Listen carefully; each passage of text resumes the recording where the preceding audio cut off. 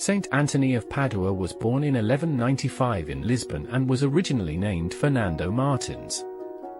Moved by the courage of Franciscan missionaries who gave their lives for faith, he embraced the Franciscan order.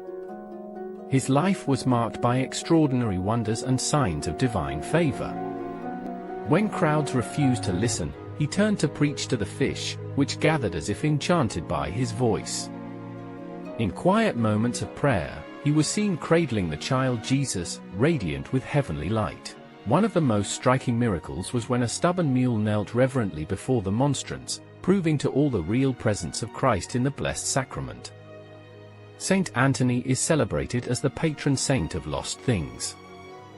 He passed away in 1231 in Padua at the young age of 35. So many miracles followed his death that Pope Gregory IX canonized him just 1 year later.